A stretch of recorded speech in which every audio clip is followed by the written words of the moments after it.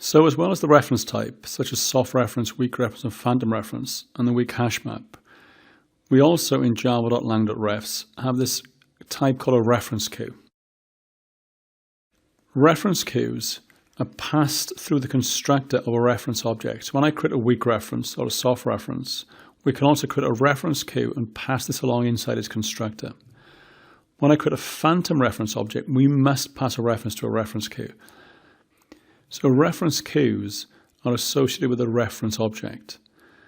And it's these reference objects that get enqueued to a reference queue. So if I create an object and I have a strong reference to it, and I wrap that object in, say, a weak reference, and I've associated a reference queue with that weak reference, when this object no longer has any strong references to it, the weak reference type gets enqueued to the reference queue. And we'll see an example of this in a moment. These are useful when you want to associate some sort of cleanup mechanism with the object. So we create them something like this. So here we create a new person object. We then create a reference queue of type person, and then we create a weak reference around the person. And when we create this new weak reference, we pass it the person object and the reference queue.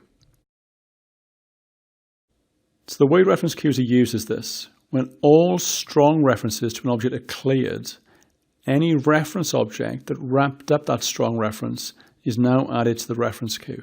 So from the previous slide, I had a person object, I had a weak reference to that person object. When all strong references to the person are cleared, that weak reference will be added to its reference queue. We can retrieve these references from the reference queue by using the reference queue's poll and remove methods.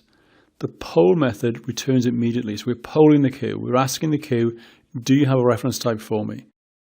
If there's a reference type on the queue, it's returned to us. If there's no reference type on the queue, then poll returns null. The remove method will block. So when I call remove, it will block until there is a reference on the queue, and then it'll return that reference back to me.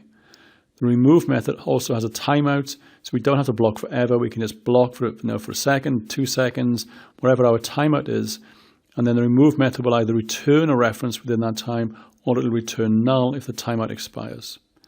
Both of these methods remove the object from the queue. So once poll returns, remove returns, if they return with a reference object, that reference object is no longer on the queue. The way we use these is to attach some sort of cleanup mechanism to our types. So we don't extend our type directly. Instead, what we do is extend the reference type. When all strong references to our type are cleared, the reference object is added to the queue. We then dequeue the object from the queue by calling poll or remove, and then we call its cleanup method, or whatever we call this method, cleanup on our type. So at this time, we know the object's being garbage collected, and we know we can now clean up any data we want to on this type. So again, let's take a look at a demo of this.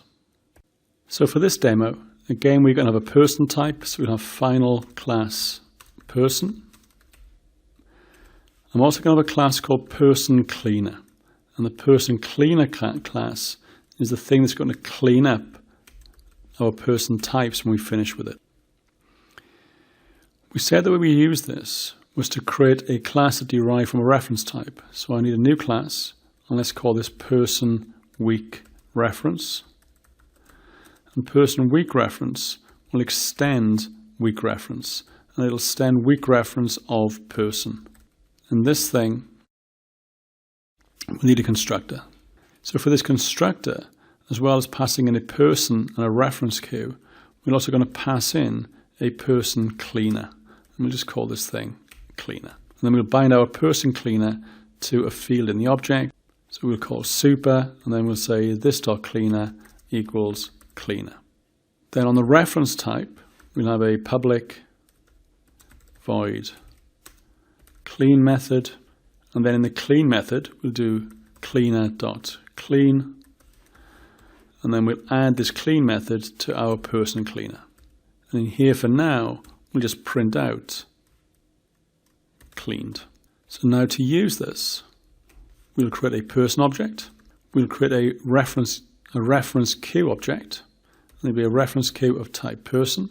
We'll create a person cleaner object. And we'll create a person weak reference object. So person weak reference weak reference equals new person weak reference. And this thing will take a reference to person P, the person cleaner that we call cleaner, and the reference queue. So now we have a weak reference to our person object. If we set P to null and call system.gc, when the garbage collector runs, the weak reference will now be added to the reference queue.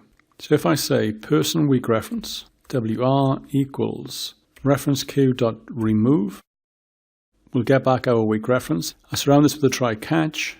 I cast this to be the right type, and from here I can call wr.clean to clean up the reference. And at this point the reference should be returned and we should print out cleaned. And there we go, we print out the message cleaned. However, this isn't particularly satisfactory as I'm just calling all of this code on the same thread. We'd like to execute this code on a background thread, and we can do that by using Java's executor service. So the code will be something like this. I can say executor service equals executors.new single threaded executor. So create me an executor service that will execute on a single thread. I can then call executor service.execute, and execute takes a runnable. So here I can say new runnable, which provides me with a run method.